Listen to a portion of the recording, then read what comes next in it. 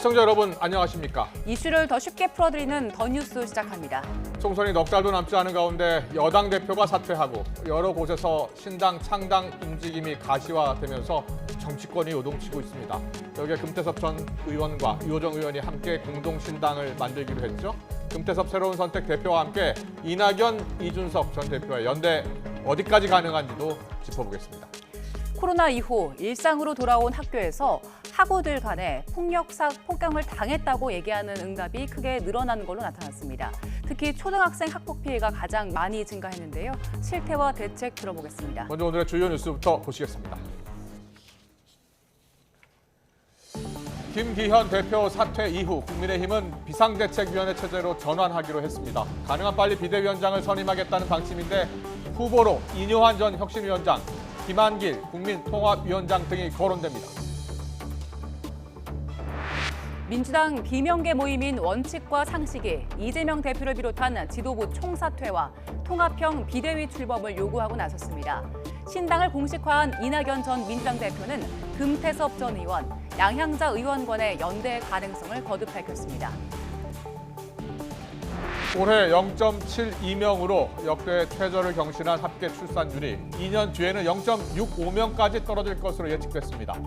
현재 5천만 명대인 우리나라 총 인구는 50년 뒤에는 3,600만 명으로 떨어질 것으로 보입니다. 국세청이 공개한 고액 상습 체납자 8,000명가량 명단에 가수 박유천 씨와 배우 박준규 씨가 세금 수억 원을 미납해 포함됐습니다. 드라마 작가 최완규 씨는 조세 포탈 명단에 이름을 올렸습니다. 미국 연방준비제도가 기준금리를 동결한 데 이어서 내년에 세 차례 인하 가능성을 내비치자 우리 증시에도 훈풍이 불고 있습니다. 코스피가 오름세로 출발했고 원달러 환율은 떨어졌습니다.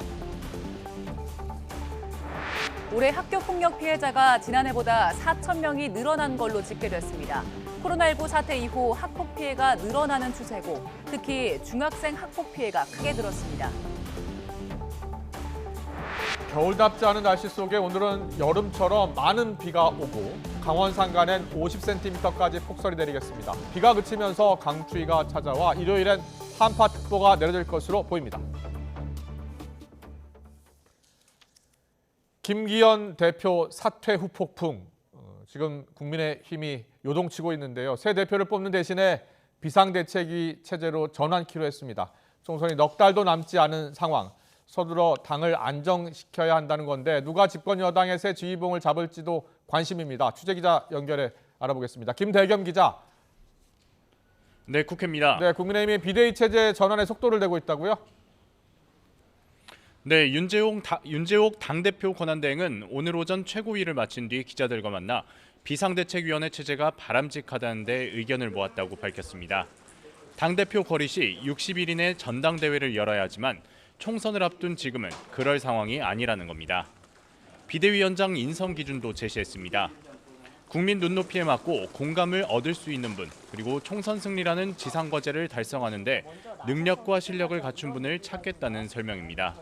시점 역시 되도록 이른 시간에 선임하도록 노력하겠다고 강조했습니다. 앞서 윤 권한대행은 3선 이상 중진 의원들과 연석회의를 열고 당 혼란을 수습할 방안에 대한 조언을 들었습니다. 내일은 긴급 의원총회를 소집해 전체 의원들의 의견도 들을 방침입니다. 국민의힘은 김 전 대표와 장제원 의원의 결단을 혁신의 동력으로 삼아 총선 승리에 집중하겠다고 밝혔는데요. 오늘 최고위 모두 발언 내용 들어보시겠습니다.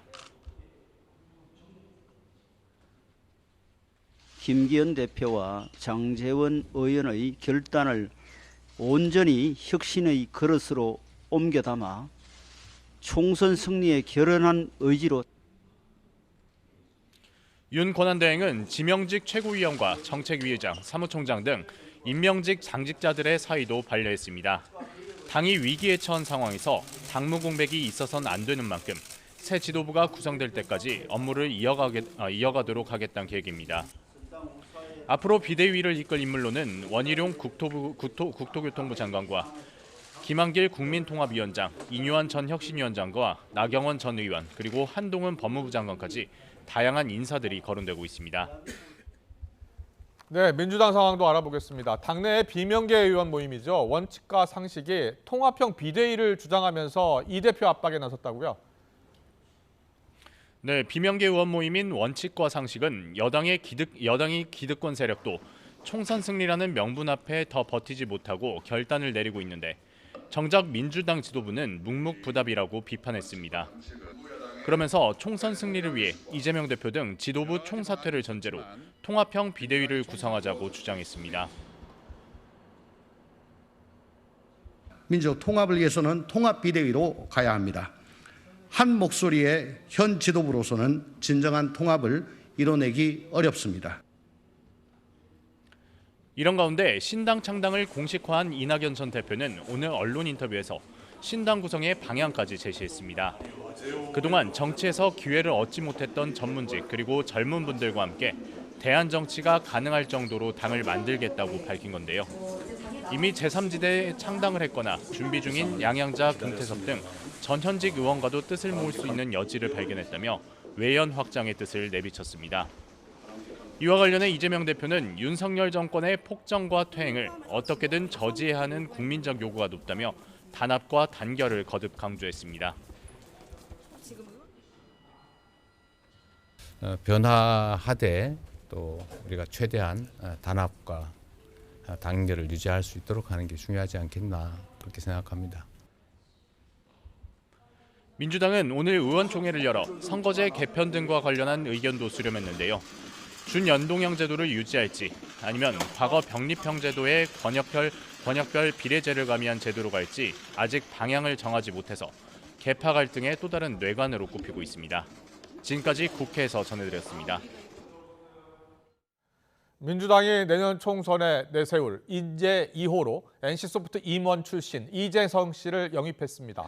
부산 출신으로 포항공대와 부산 고신대 의대를 거쳐 서울대 계산통계학과를 졸업한 이 씨는 NC소프트 전무 등 소프트웨어 기업에서 15년 동안 임원을 지냈습니다. 국내 에듀테크 스타트업 이사회 의장과 자율주행 스타트업 대표도 역임했습니다. 민주당 전당대회 돈봉투 살포 의혹의 정점에 있는 송영길 전 대표가 다음 주 초에 구속 갈림길에 섭니다. 서울중앙지방법원은 정치자금법 위반 혐의 등을 받는 송 전 대표의 구속 전 피의자 신문을 오늘 18일 오전 10시에 진행키로 했습니다. 영장심사는 앞서 대장동 비리 의혹 등으로 청구된 민주당 이재명 대표 구속영장을 기각한 바 있는 유창훈 영장전담 부장판사가 맡았습니다. 송 전 대표 구속 여부는 18일 밤이나 19일 새벽에 결정될 것으로 보입니다. 지난해 0.78명대인 합계 출산율이 불과 2년 뒤엔 0.65명으로 떨어질 것이란 전망이 나왔습니다. 저출산의 우리나라 총 인구는 50년 뒤에 3,600만 명대로 추락할 것으로 예측됐습니다. 취재기자 연결합니다. 이승훈 기자. 네, 경제부입니다. 올해와 내년 외국인 유입으로 우리나라 인구가 소폭 증가할 것으로 보이는데요. 2025년부터는 다시 급감할 것으로 보인다고요? 그렇습니다. 우리나라 총인구는 지난 2020년 5,184만 명으로 정점을 찍은 뒤에 지난해 5,167만 명으로 감소했습니다. 통계청은 외국인 유입으로 총인구가 올해와 내년 소폭 증가한 뒤에 2025년부터 다시 감소세가 이어질 것으로 전망했습니다. 20년 뒤엔 4,985만 명으로 5천만 명대가 깨지고 50년 뒤에는 3,622만 명이 될 것으로 전망했습니다. 올해보다 30%, 1,500만 명 정도 줄어서 1977년 수준입니다. 여성 한 명이 평생 낳을 것으로 기대되는 자녀 수인 합계 출산율은 코로나 사태로 혼인이 급감한 영향이 가세해서 2025년 0.65명까지 떨어질 것으로 예상됐습니다. 이에 따라 지난해 25만 명인 출생아 수는 30년 뒤 20만 명대 밑으로 떨어지고 50년 뒤엔 16만 명에 불과할 것으로 전망됐습니다.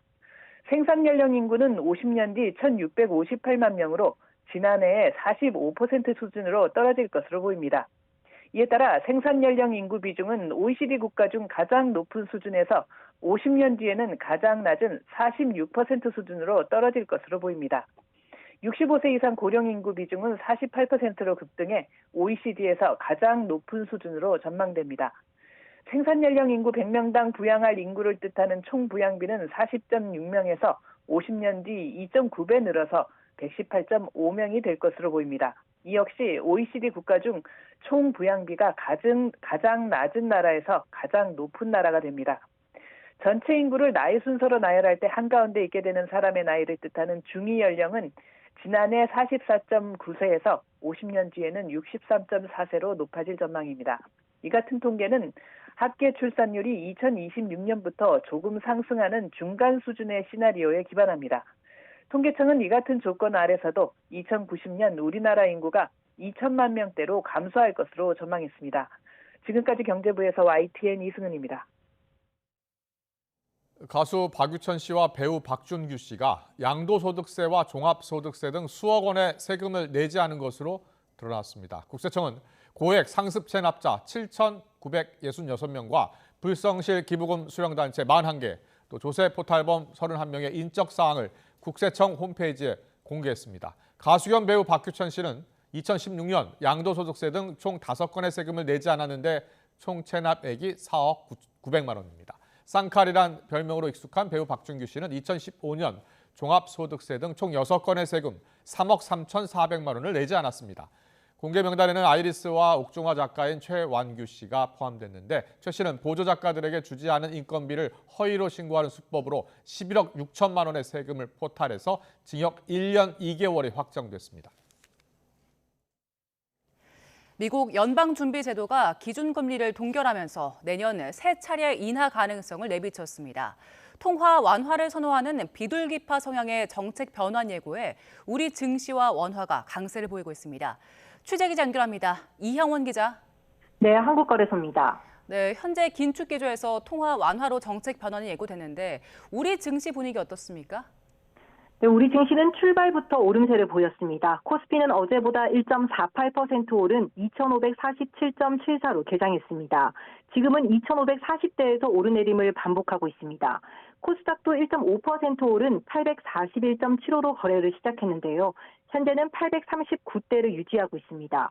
원화값 오름세는 더 가팔랐습니다. 원달러 환율은 달러 약세로 23.9원이나 내리면서 1,296원의 거래를 시작해 지금도 비슷한 흐름을 보이고 있습니다. 이렇게 증시가 오르고 환율이 내림세를 보이는 건 미국이 내년부터 금리 인하를 예고했기 때문입니다. 미국 FOMC의 정책 결정문과 제롬 파월 의장의 기자회견 발언 모두 시장 예상보다 훨씬 비둘기파적으로 평가된 건데요. 현재 기준금리가 고점에 도달했다며 사실상 인상 종결을 시사한 데에서 나아가 내년 인하 시점에 대한 논의가 있었다고 밝힌 겁니다. 금리 전망을 점으로 표시한 점도표에서는 내년 정책금리를 75bp 인하하는 것으로 전망해 3차례 금리 인하를 시사했습니다. 이에 내년 금리 인하 시작 시점도 더 빨라질 수 있다는 시장 기대감이 커진 건데요. 이러한 상황에 위험자산 선호 심리가 강해지면서 우리 증시와 원화값이 오르고 있는 겁니다. 네, 정부와 금융당국도 긴급 점검에 나섰다고요? 정부는 비상거시경제금융회의를 열고 이번 미국 연준의 결정 여파를 점검했습니다. 추경호 부총리는 글로벌 금융시장에서 금리 조기 인하 기대가 높아져 주가가 오르고 달러 가치가 큰 폭으로 하락했다고 진단했습니다. 우리 금융시장의 경우 주요국과 비슷한 흐름을 보이며 비교적 안정세를 이어가고 있다고 평가했는데요. 추 부총리 발언입니다. 중동 사태 등 글로벌 경제의 불확실성 확대 가능성이 상존하고 부동산 PF 등 일부 취약 요인도 잠재해 있는 만큼 긴장의 끈을 한시도 놓지 않고 연말연시 시장 변동성이 커지지 않도록 한국은행도 시장 상황 점검 회의를 열고 이번 FOMC 회의 결과가 국내 금융 외환 시장에 미칠 영향을 살폈습니다. 유상대 부총재는 미국 연준 인사들의 비둘기파적 발언으로 통화 완화에 대한 시장 기대가 더 커질 것으로 내다봤습니다. 이에 우리 시장 변동성이 수시로 확대될 수 있는 만큼 미국 통화 정책 기조 변화 등을 예의주시하겠다고 강조했습니다. 지금까지 한국거래소에서 전해드렸습니다. 국내 대표적인 외식 품목 8개 중에서 김밥과 김치찌개 가격이 지난달에 또 올랐습니다. 한국소비자원 가격정보 종합포털 참가격을 보면 서울 기준으로 김밥 가격은 10월 3,254원에서 11월 3,292원으로 김치찌개 백반은 같은 기간 7,846원에서 7,923원으로 각각 올랐습니다. 김밥 가격은 올해 10월 3,254원, 11월 3,292원으로 2달 연속 올랐습니다. 서울에서 10,000원으로 먹을 수 있는 메뉴는 김밥과 짜장면, 칼국수와 김치찌개 백반 등 4개에 불과합니다. 네덜란드를 국빈 방문하고 있는 윤석열 대통령이 한 네덜란드 비즈니스 포럼에 참석해 양국 미래 협력 방향을 제시했습니다. 윤 대통령은 한국이 유럽 지역 최초의 무역관과 해외 공동 물류센터를 설치한 나라가 네덜란드라면서 반도체와 자동차, 청정에너지와 물류 등 다양한 분야에서 양국이 활발하게 경제 협력을 이루어왔다고 평가했습니다. 특히 이번 방문을 계기로 양국은 정부와 기업, 대학을 아우르는 반도체 동맹을 맺었고 원전과 수소, 해상풍력 등 무탄소 에너지 분야에서 양국 간 협력 잠재력이 크다고 말했습니다. 행사에는 삼성전자 이재용, SK 최태원 회장, 피터 베닝크 ASML CEO 등 경제인 200여 명이 참석했고 양국 기업과 기관들은 첨단 산업과 무탄소 에너지, 물류와 농업 등 분야에서 19건의 계약과 양해각서를 체결했습니다. 우리나라와 미국, 일본 세 나라가 곧 북한 미사일 경보 정보를 공유하게 될 걸로 보입니다. 미 백악관 측은 또 내년 상반기 중에 세 나라 상무장관, 재무장관 회담도 계획하고 있다고 밝혔습니다. 서봉국 기자의 보도입니다. 지난 8월 미국 캠프 데이비드 정상회의에서 북한 미사일 정보 공유를 강화하기로 했던 한미일 세 나라. We're doubling down on information sharing, including on the DPRK's missile launches and cyber activities, strengthening our ballistic missile defense cooperation. 미 백악관 측은 이 합의대로 미사일 경보 정보를 곧 실시간으로 공유하게 된다고 전했습니다. 북한 핵무기와 미사일 위협에 보다 더 효과적으로 대응하기 위해서입니다. 미사일 경보 실시간 공유 체계는 미 인도태평양 사령부 통제 시스템이 한일 측 정보를 통합해 나누는 방식으로 마련된 것으로 알려졌습니다. We are on track to make good on our promise to be sharing real-time missile warning data by the end of this year, and in fact, expect that to be operational within the next few days. 레프퍼 선임 보좌관은 또 세 나라가 내년 상반기 상무장관, 재무장관 회담도 연다고 밝혔습니다. 내년에 세 나라 모두 유엔 안보리 이사국을 맡게 돼 북한 문제와 북러, 군사협력 등 현안을 공조할 수 있게 되면서 최대한의 활용을 기대했습니다. 한중일 3국 정상회의와 관련해선 미국도 중국과 고위급 외교를 한다며 경쟁 관계로 보지 않는다고 덧붙였습니다. YTN 서봉국입니다. 북한이 연내 가동에 들어가는 한미일의 미사일 경보 정보 실시간 공유 체계에 대해 군사적 망동이라고 비난했습니다. 노동당 기관지 노동신문은 관련 기사에서 미국 주도하에 벌어지고 있는 3자 간의 미사일 경보 정보 공유 노름은 명백히 지역 정세를 더욱 험악한 대결 국면으로 몰아가기 위한 위험천만한 군사적 망동이라고 주장했습니다. 이어 우리를 괴뢰로 지칭하며 미사일 경보 정보를 공유하는 것은 미국이 괴뢰들을 부추겨 정세를 극도로 악화시키고 기회를 모아가다가 북침 전쟁의 도화선에 불을 달려는 음흉한 속셈이 깔려 있다고 평가했습니다. 이와 관련해 통일부는 적반하장식 비난이라고 지적했습니다. 통일부 당국자는 기자들과 만나 불법적 핵, 미사일 개발 등 유엔 안보리 결의를 위반하며 무모한 도발을 일삼는 북한의 도발에 대응하기 위한 한미일의 정당한 안보 협력에 대해 비난하는 데 대해 유감스럽게 생각한다며 이같이 밝혔습니다. 코로나19 일상 회복 이후 학교 폭력 피해자가 계속 증가하는 것으로 나타났습니다. 중학생 학교 폭력이 가장 크게 증가했고 사이버 폭력은 다소 줄었지만 직접적인 신체 폭력은 늘었습니다. 김연아 기자의 보도입니다. 올해 학교폭력 실태 전수조사 결과 피해자는 5만 9천 명으로 지난해보다 또 4천 명이 늘었습니다. 코로나19가 유행했던 2020년 대비 2배 넘게 증가한 것으로 일상 회복 이후 학교폭력 피해는 계속 증가하는 추세입니다. 초등학생과 중학생 학교폭력 피해자가 전체의 93.4%에 달하고 중학생은 피해 응답률이 가장 빠르게 상승하는 등 학교폭력의 저연령화 현상도 뚜렷합니다. SNS를 통해서 되게 협박식으로 문자를 하거나 SMS 스토리 같은 거로 부모님 욕을 한다거나 여자애한테 뭐 누구 닮았다, 뭐 약간 특정 인물 닮았다고 그걸 조롱하듯이 말하거나. 초등학교 때는 그렇게 폭력적이라고 생각할 만한 장난이 없었던 것 같은데 중학교 올라오면서 폭력으로 느껴지는 거는 거의 한두 달에 한 번씩 있는 것 같아요. 목 조르는 경우도 있고 업어치기 하고. 폭력 유형별로는 언어 폭력이 가장 많았지만 언어와 사이버 폭력은 다소 줄어든 반면 신체 폭력과 집단 따돌림, 강요 비중은 늘었습니다. 피해 학생 가운데 7.6%는 피해 사실을 알리지 않았는데 특히 초등학생의 비율이 가장 높았습니다. 별일이 아니라고 넘기기도 했지만 이야기해도 소용없을 것 같아서 야단 맞거나 걱정을 끼칠까 봐 또는 가해자가 무서워 신고하지 않았다는 답도 절반에 육박했습니다. 학교폭력 가해 사유는 장난이나 이유 없다거나 화풀이라는 답이 많았지만 피해 학생이 먼저 괴롭혔다거나 오해와 갈등 때문이란 답도 38%에 육박해 학교폭력 처벌 강화와 더불어 교육적 해결 노력도 더 필요한 것으로 나타났습니다. YTN 김현아입니다. 네, 지금 들으신 것처럼 코로나 이후 일상으로 돌아온 학교에서 학교폭력 피해를 당했다는 학생들 크게 증가한 것으로 조사가 됐습니다. 통계를 보면 10년 만에 최고치라고 하는데요.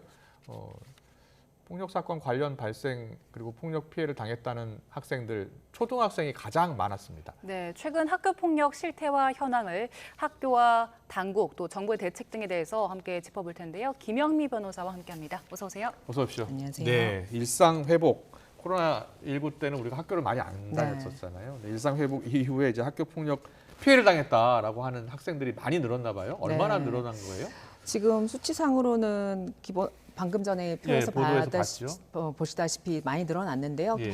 학교에 다니지 않던 코로나 시대에는 아무래도 아이들 사이에 접촉하는 일이 없다 보니까 학교 폭력이 확 줄었다가 다시 일상 회복했을 때 늘어나는데 계속 학교를 다녔다고 하면 다니면서 학생들 사이에 발생하는 갈등 관계가 자기네들끼리 이제 조절이 되면서 어느 정도로 이해하고 그렇게 계속 됐을 텐데 학교를 다니다가 잠깐 멈췄다가 다시 학교를 다니다 보니 아무래도 그런 갈등을 해결하는 능력이 좀 줄어들고 그런 과정에서 조금만 마찰이 있어도 이건 폭력이다라고 인식을 하면서 학교 폭력 신고 건수가 훨씬 늘어났다 이렇게 보셔도 될 것 같습니다. 2019년 6만 건 그리고 2023년 5만 9천 건. 네, 그렇죠. 그렇군요. 네. 최근에 이제 많은 사건들 보시면 학교폭력 보통 어떤 식으로 지금 표 그 실태조사에서도 나왔듯이 사실 언어폭력 건수가 확 늘었습니다. 언어폭력이라는 게 우리 일상생활에서 이렇게 쌍스러운 말을 한다든지 뭐 폭력적인 언어를 하는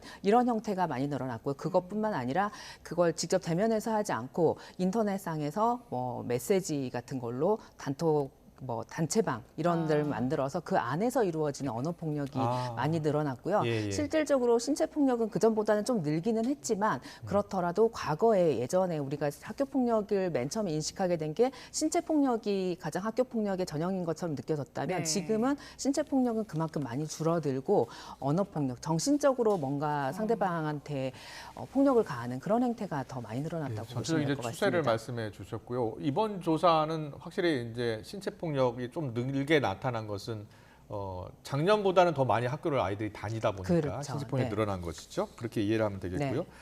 그리고 초등학생, 중학생, 고등학생별로 또 따로 보면 폭력의 그 행태가 좀 다를 것 같아요. 네.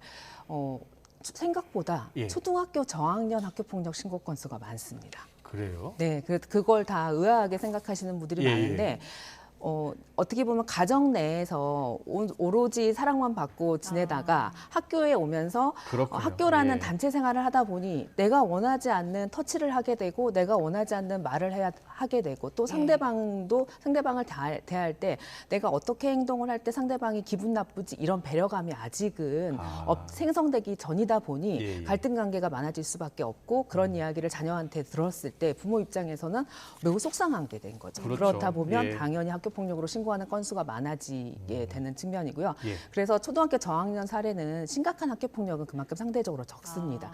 그냥 갈등 관계에서 일어나는 가벼운 신체적인 접촉, 그다음에 언어적인 너 이렇게 못해 이런 말로도 상처를 받으니까 그런 걸로 학교폭력 신고하기도 언어폭력이죠. 하고, 네, 그렇게 예. 해서 언어폭력을 신고하기도 하고요. 그리고 점점 커가면서 좀 이제 본인의 의사 표현을 좀 더 확실하게 하고 상대방에 대한 어떤 표현을 하다 보니 점점 더 이제 확실한 학교폭력이 변화하는 거죠. 초등고등학교 이제 예. 고학년으로 갈수록. 그 네. 이번 조사에 유독 눈에 튀는 특징은 아닌 것이고 원래 네. 이제 저연령층에서 이런 일들이 많이 발생한다는 네, 거죠. 그렇습니다. 아이들이 이제 점점 커가면서 내가 약간의 불편함은 감수해야 될 부분이 있고 상대방이 어떤 나한테 어떤 괴롭힘을 했을 때 나도 어떻게 대응을 해야 되겠다 이렇게 요령이 생기면서 갈등을 해결하는 능력이 커지면서 조금 이제 고학년으로 갈수록 줄어들게 되는 경향이고 지금 실태조사 나온 것도 과거와 별반 차이는 없다라고 보셔도 될 것 같습니다. 그러면 이런 경우는 처벌로 다스리기보다는 네. 다른 교육 같은 방식으로 좀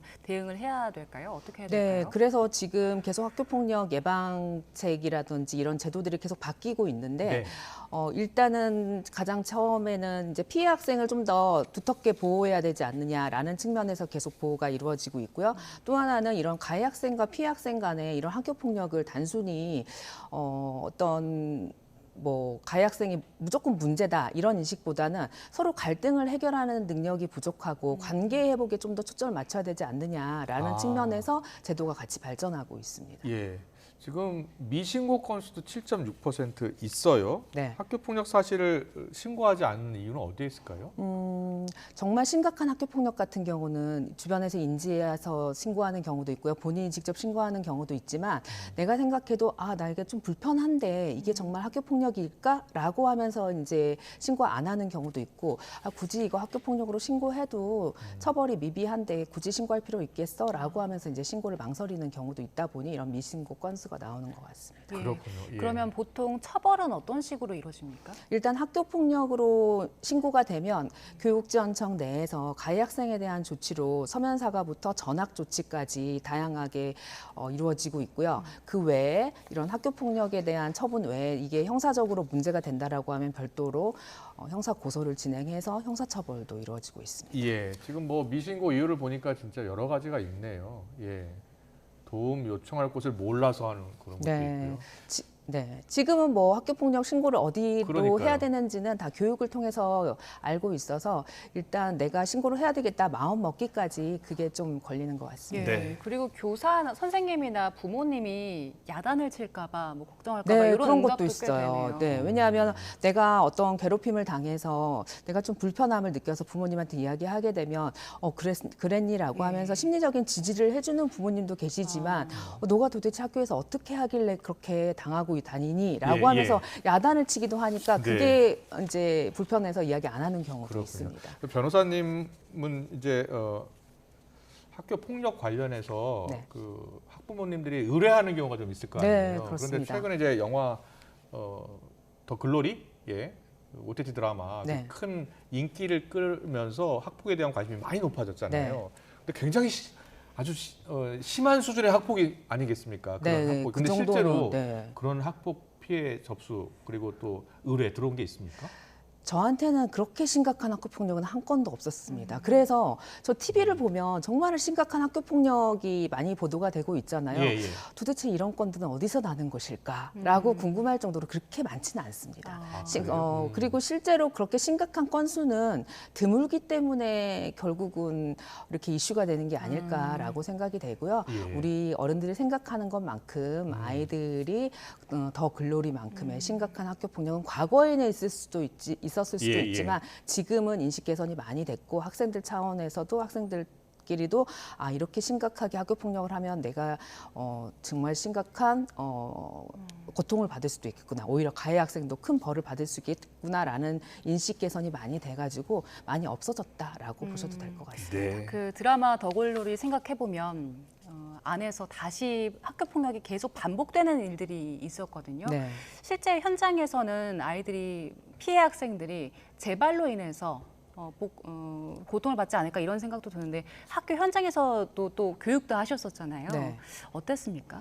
지금은 학교 폭력으로 신고가 되면 무조건 가해 학생을 피해 학생으로부터 7일간 분리하도록 되어 있습니다. 그래서 2차 피해가 발생하는 걸 최소화하고 있고요. 그리고 학교 폭력 조치 중에서 접촉 보복 금지 조치가 있는데 그래서 피해 학생한테 일부러 다가가거나 뭐 문자 메시지를 한다든지 이렇게 2차 가해를 주는 행동을 방지하고 있고 만약에 그런 행동을 했다라고 하면은 더 큰 센 단계의 조치가 가능하기 때문에 지금은 어떻게 피해 학생이 다시 또 다른 피해에 노출되지 않기 위해서 다각적으로 모색을 하고 있다. 그리고 그렇군요. 실제적으로 시행되고 있다라고 보셔도 될 것 같습니다. 이런 이제 학교 폭력 사건이 발생이 되면 이제 학폭위가 열리잖아요. 네. 예, 학폭위가 열리고 학교에서 자체 이제 징계가 이루어지는 거죠. 보통 어떻게 이루어집니까? 학교 폭력이 신고되면요. 사안 조사는 학교에서 이루어집니다. 그러면 사안 조사를 통해서 학교장 자체 종결을 할 사안인지 요건을 본 다음에 일단 피해 학생이나 보호자가 저는 학교 폭력을 이제 충분히 사과받았고 재발 방지 약속도 받았으니까 더 이상 원하지 않습니다라고 하면은 학교장 자체 종결로 끝낼 수가 있는데요. 그게 아니라고 하면 교육지원청 학교폭력대책심의위원회라는 곳으로 다 넘어가서 네, 학교폭력대책심의위원회에서 가해 학생에 대한 조치가 이루어집니다. 학교에서는 사안 조사만 하고 관계 회복만 시키신다고 보시면 될 것 같습니다. 그렇게 되는군요. 학교 폭력이 사실 입증하기가 굉장히 어렵다고 하더라고요. 네. 그게 아이들이 왜 그랬냐 물었을 때 장난이었다 이렇게 답을 하면은 그게 뭐 폭력으로 할 것인지 아니면 장난으로 볼 것인지 경계가 불분명하기 때문일 텐데 실제로 그런 것들은 어떤 식으로 규명을 합니까? 일단 피해 학생이 내가 가해 학생 행위로 인해서 어떤 피해를 입었다라고 하면은 그 피해를 입은 것에 대해서 충분히 실제로 근거가 있고 목격 학생이 있고 그다음에 가해 학생도 내가 그렇게 한 건 맞다라고 하면 학교 폭력은 인정이 되는데요. 다만 그 행동이 나는 걔를 괴롭히려고 한 게 아니라 나는 장난이 좀 과했다라고 했을 경우에는 그 행동의 수위를 보고 정말 장난이었는지 폭력이었는지를 판단하는데 너는 장난이었지만 우리가 이걸 객관적으로 봤을 때는 폭력이 맞아라고 하면은 그 가해 학생에게 너는 그건 장난이 아니었다라고 어떻게 보면 교육도 시키고 선도도 시키고 그렇게 하고요. 실제로 명확한 100% 증거가 있어야만 다 인정이 되는 건 아니고요. 여러 가지 정황상 다 그런 걸 토대로 해서 이루어지고 있고 그나마 아이들이기 때문에 거짓말 잘하는 아이도 있지만 대체로 이렇게 계속 물어보고 하면은 사실대로 응답하는 경우들이 생각보다 많습니다. 네. 교육 당국도 대책 마련에 나섰고요. 국회도 나섰잖아요. 그래서 뭐 발표된 거 보니까 학교 폭력 조사를 교사 대신 전담 조사관이 맡는다고요? 내년 3월부터 그렇게 하는 겁니까? 이번에 대책이 발표가 됐는데요. 학교 내에서 이제 학교 폭력 사안이 발생을 하게 되면 학교 폭력 책임 교사라고 해가지고 담당 교사가 지정이 돼서 이제 그 교사가 학교 폭력 사안 접수를 하고 조사까지 이루어지게 되는데 그 과정에서 업무가 너무 과중하고 또 각 학부모들한테 피해 학생 학부모, 가해 학생 학부모한테 민원이 발생하다 보니까 쌤들이 되게 힘들어하고 계십니다. 그래서 그걸 이제 조사관이라는 제도를 도입을 해서 전직 뭐 경찰관이라든지 이렇게 전문적인 분들을 조사관으로 모신 다음에 그분들이 학교폭력 사안 조사를 할 수 있게끔 지금 교사가 담당하고 있는 업무를 일부 좀 덜어주겠다 이런 대책이 발표가 됐습니다. 그렇군요. 그리고 또 대책으로 정순신 방지법 그리고 또 내년 3월쯤부터 이제 시행이 될 예정인데 안에는 어떤 내용이 들어있습니까? 기본적으로 이제 행정심판이라든지 행정소송이 이루어지게 되면 집행정지를 통해서 학교폭력 조치가 계속 미뤄지잖아요. 그렇게 하지 않게끔 일단 행정심판을 제기하게 되면 피해 학생 측한테 행정심판이 제기됐습니다라고 알려주고 당신이 참가할 것입니까? 라고 참가를 할 수 있게끔 기회를 주고요. 집행정지 할 때도 피해 학생 측에 집행정지에 대한 의견을 묻도록 추가를 했습니다. 그리고 재판기간이 너무 장기화되니 일단 학교폭력에 대한 행정소송에 대한 재판은 1심은 늦어도 90일 안에 선고할 수 있게끔 2심, 3심도 60일 안에 선고할 수 있게끔 다른 사건보다 조속히 처리할 수 있도록 그 부분이 추가되었습니다. 지금 나온 대책들 몇 가지 이제 얘기를 해봤는데 이 정도면 학교 현장에서 학교 폭력을 좀 줄일 수 있을까요? 실효성이 있겠습니까? 일단 다각도로 학교 폭력 예방 교육이 이루어지고 있고 학교 폭력을 했을 때 가해 학생한테 처해지는 이런 조치들이 심각하다는 걸 알면서 학부모도 그렇고 학교도 그렇고 학생들도 그렇고 이런 학교 폭력에 대한 심각성과 하면 안 되겠다라는 인식이 점점 개선되고 있고요. 그런 것들이 좀 많이 개선되고 데는 계기가 되는 것 같습니다. 네. 변호사님이시니까요. 네. 요즘에 일부 학부모들끼리 이거 법으로 해결하자. 그래서 양측에서 변호사를 쓰는 경우가 많다고 하더라고요. 네, 좀 안타깝습니다. 안타깝습니까? 네. 예, 이게 변호사를 써서 꼭 해결될 필요가 없는 사안들도 많나요?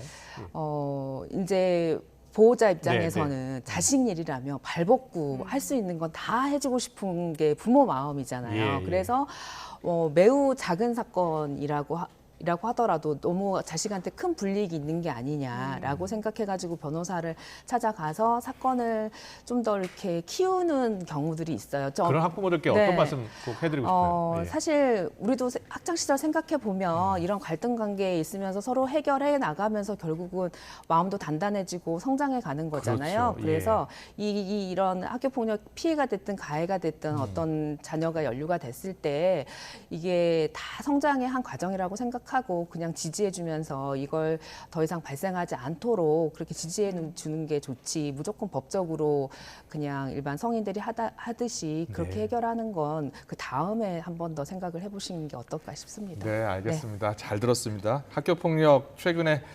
통계를 보니까 크게 늘었다고 해서요. 실태가 어쩐지 그리고 대책까지 짚어봤습니다. 김영미 변호사였습니다. 잘 들었습니다. 네, 고맙습니다.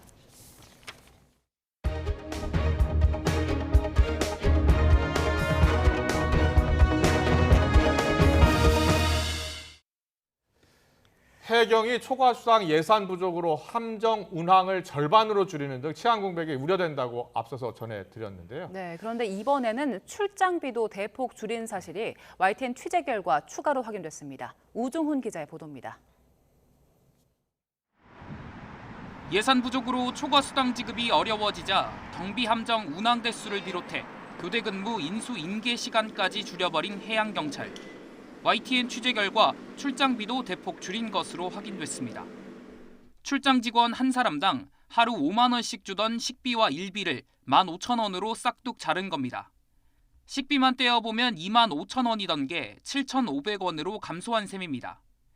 해경청은 연말까지 교통비와 숙박비라도 주기 위한 고육지책이라고 직원들에게 이해를 구했습니다. 초과 수당도 모자라 출장 밥값까지 깎이자 현장에서 뛰는 직원들 중심으로 사기가 떨어진다는 반발이 나옵니다.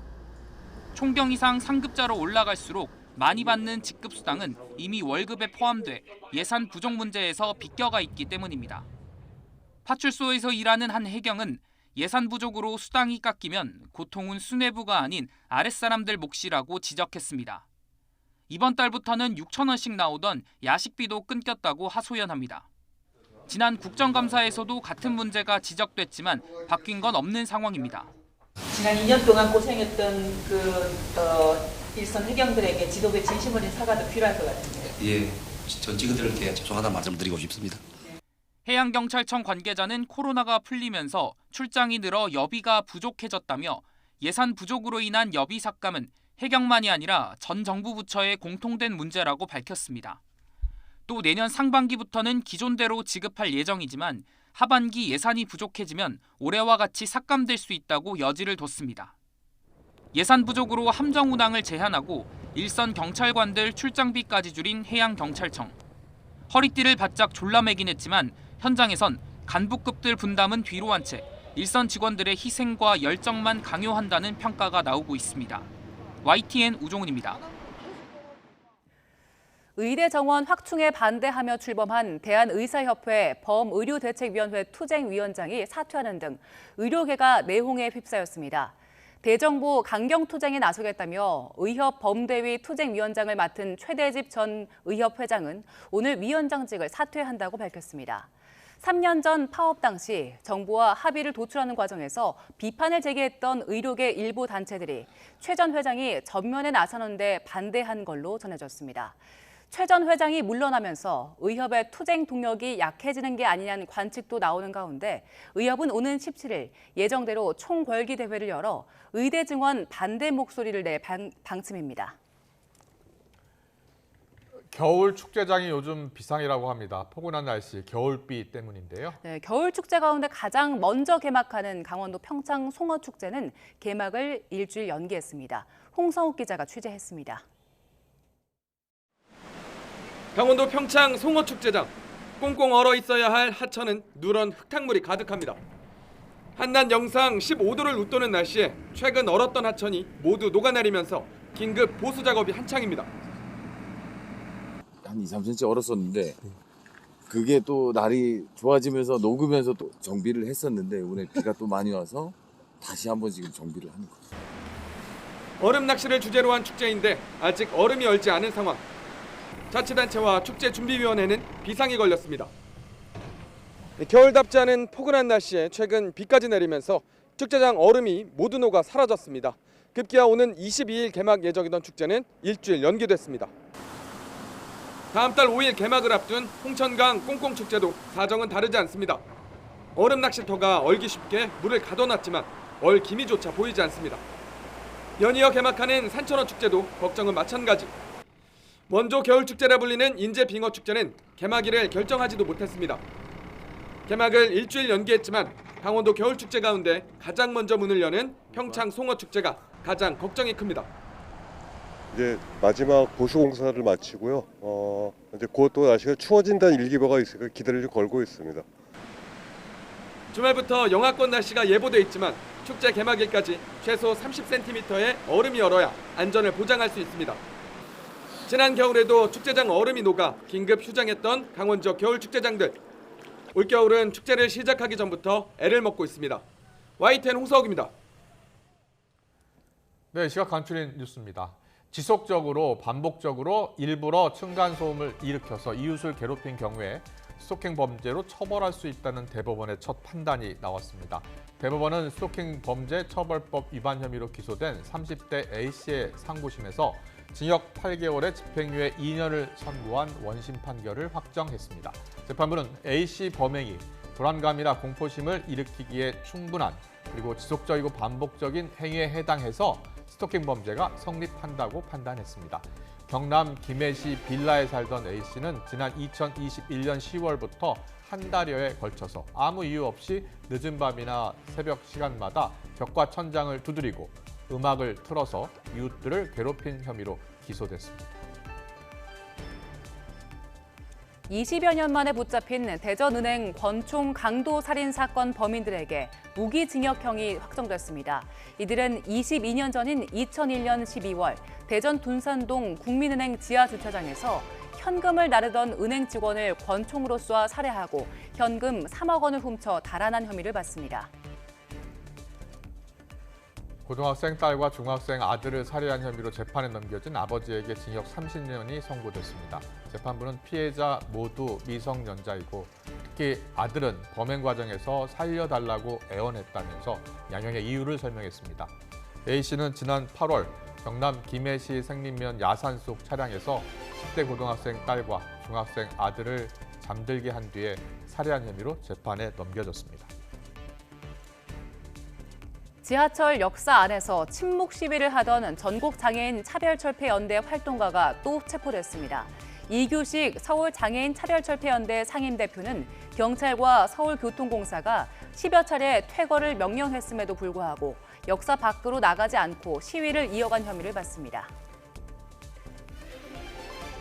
법무부가 올해 3차례에 걸쳐서 정부 합동 단속을 했는데 역대 가장 많은 불법 체류 외국인 3만 8천여 명을 단속했다고 밝혔습니다. 전북 익산 닭농장 2곳에서 고병원성 조류 인플루엔자 AI 확진 사례가 추가돼 전국 누적 발생 건수가 10건으로 집계됐습니다. 충남 서산에 있는 유일한 시내버스 회사인 서령버스가 운행을 중단하면서 시에서 비상수송 대책본부를 구성하고 대책 마련에 나섰습니다. 직원 퇴직금 등을 지급하지 못한 이 서령버스가 운송 수입을 압류당했고 이 때문에 기름을 살 수 없다면서 시에 일방적으로 운행 중단을 통보한 것으로 전해졌습니다. 오늘은 전국 곳곳에 겨울비가 내리고 있습니다. 현재 서울 등 내륙의 빗줄기는 다소 약한 편인데요. 하지만 내일은 중부와 경북을 중심으로 시간당 20mm 안팎의 강한 비가 집중되겠습니다. 또 이미 많은 눈이 내린 강원 산간에는 추가 폭설이 우려되고 있습니다. 보행자 안전과 교통안전에 주의를 기울여 주시기 바랍니다. 현재 레이더 화면부터 살펴보도록 하겠습니다. 비구름이 전국을 뒤덮은 모습입니다.